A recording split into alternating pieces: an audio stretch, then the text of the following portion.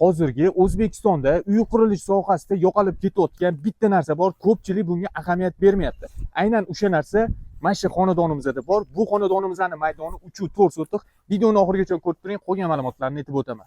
Uyimizning ichiga kirib kelayotganimizda shunaqa keng, uzun darvozaxonadan boshlanadi. Boya aytib o'tganimizdek, hech qaysi uyda yo'q bo'lgan narsa mana shu katta hovlisi. Va bu tomonimizda bo'lsa, bitta oshxonamizning tagida o'zini podvollari ham bor. Birinchi qavatimizga keladigan bo'lsa, bitta oshxona va bitta katta mehmonxona, yuvinish xonalari joylashgan.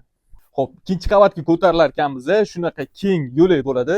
Bu tomonimizda bo'lsa, bu ikkinchi katta mehmonxonamiz va bu tomonimizda bitta родительский spalni joylashgan, yonida umumiy yuvinish xonasi. Bu tomonimizda bo'lsa, bitta bolalar uchun yotoqxona, yonida ota-onalar uchun yana bitta yotoqxona qilingan. Xonadonimizda Kiles Olmazorda joylashgan, katta yo'lgacha 200 metr masofada. Narxini $120 ming so'rashyapti. Egalari bilan yana kelishsanglar bo'ladi.